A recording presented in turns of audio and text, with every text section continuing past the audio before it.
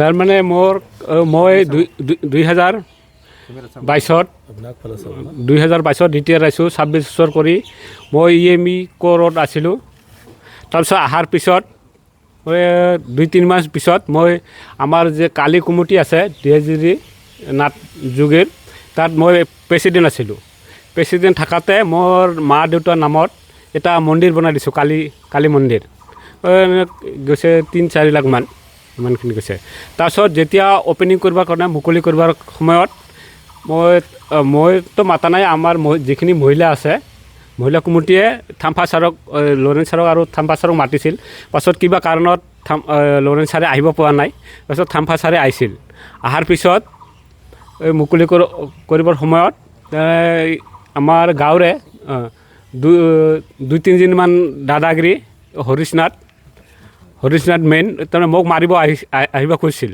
পিছতে আমাৰ দাদা ৰঘুনাথ নাথ তাৰপিছত টানি আনিছে ইয়াক, মোক মাৰিব পৰা নাই। এনেকুৱা কৰি তাৰপিছত আৰু থাম্পা ছাৰে 5,000 মান টকা দিছিলে এই মহিলাখিনিক। তাৰপিছত মহিলাখিনি দিয়েতে কৈছে আমি আনিছোঁ, আমিহে পাম টকাখিনি। তাৰপিছত ছেক্ৰেটাৰীৰ লগৰ মহিলাখিনিৰ অলপ কাজিয়া হ'ল আৰু কি বোলে মহিলাখিনিয়ে কৈছে বোলে আমি আনিছোঁ টকাটো তুমি কেনেকৈ পোৱা, আমিহে পাম, এনেকুৱা হৈছে কাজিয়া। তাৰপিছত এনেকুৱা কাজিয়া হয়, পূজা থূজা হৈ গ'ল। হৈ যোৱাৰ পিছত মই ক'লে এনেকুৱা কিবা মই নাথাকোঁ। তাৰপিছত মই নাথাকোঁ কৰি আৰু মিটিং পূজা চূজা হৈ যোৱাৰ পিছত মিটিং মই ডাকা নাই। পিছত সিহঁতে কেইজনমান গাঁৱৰ মানুহে ডাকাই হেনে মোক ৰাতি 9:30 মাতিব আহিছে বোলে যাব লাগে, ছেক্ৰেটাৰী প্ৰেছিডেণ্ট আমিতো বনাইছোঁ, তাত কিবা তই ৰিজাইন দি আহিবি আৰু কি।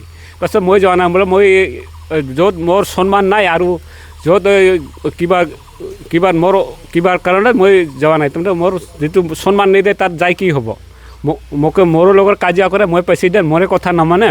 তাৰপিছত মই যোৱা নাই। পিছত সিহঁতে ছেক্ৰেটাৰী প্ৰেছিডেণ্ট পাতিছে। তাৰপিছত সিহঁতে কিনি ৰুল বনাইছে, মাহতে কমচে কম 10-12 মান মিটিং কৰে। মোৰ ডিউটি থাকে, মই যাব নোৱাৰোঁ। পিছত সিহঁতে ফাইন লগায়। তাৰপিছত আৰু এনেকুৱা মানুহ মৰিলে ধাবাব বা জ্বলাব যাব লাগে, সেই সময়ত নগ'লে তাৰপিছত ফাইন দিব লাগে আৰু কি।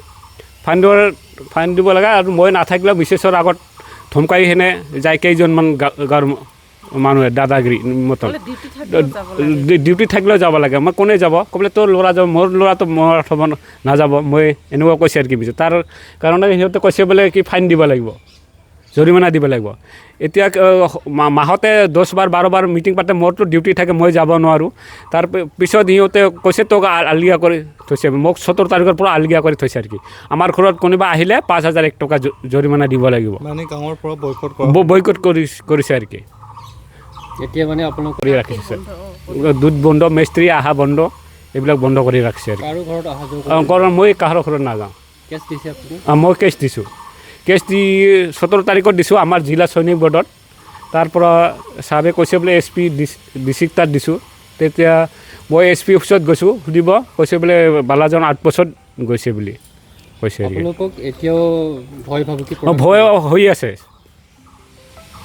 হয়তো মই চাকৰি কৰোঁ, ৰাতি 9টা-10টাত আহোঁ, কেতিয়াবা মাৰিবও পাৰে। এইটোৰ কাৰণে মই সুৰক্ষা লাগে আৰু কি। আপোনাৰ ল'ৰা ক'ত থাকে এতিয়া?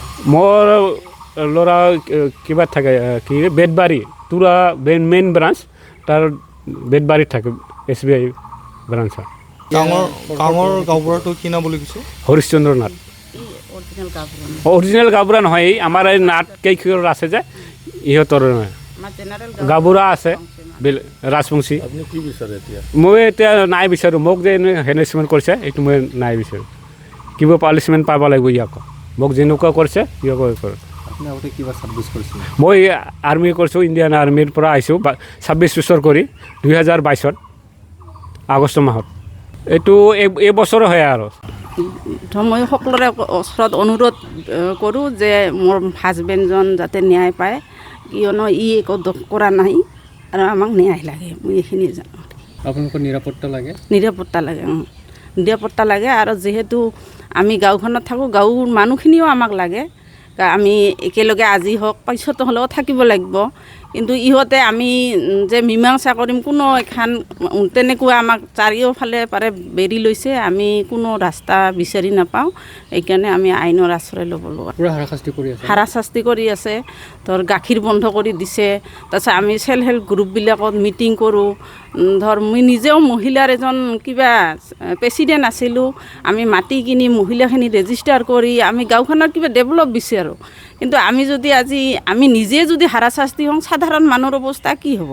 আমি যদি আজি গাঁওখনত থাকি আমি সুখ শান্তি জীয়াই থাকিব নাপাওঁ, তাহলে তেনেকুৱা গাঁও কি কাৰণত লাগে আমাক? এইখিনি মা অকল আহে আৰু কোনেও নাহে, গাঁৱৰ আপোনালোকৰ গাঁৱৰ বংশ পৰিয়াল কোনেও নাহে। কিয়নো ইহঁতক ভাবুকি দিছে, গ'লে 5,001 টকা কয়। আমি যদি তহঁতৰ ঘৰত গ'লে 5,001 টকা দিব পাওঁ, আমিতো যুঁজিব নোৱাৰিম না। এনেকুৱা কৰি ইহঁতে ভয় খাই না নাহে, নহ'লে সিহঁতে আহিব বিচাৰে কিন্তু আহিব নিদিয়াৰ কাৰণে নাহে আৰু কি।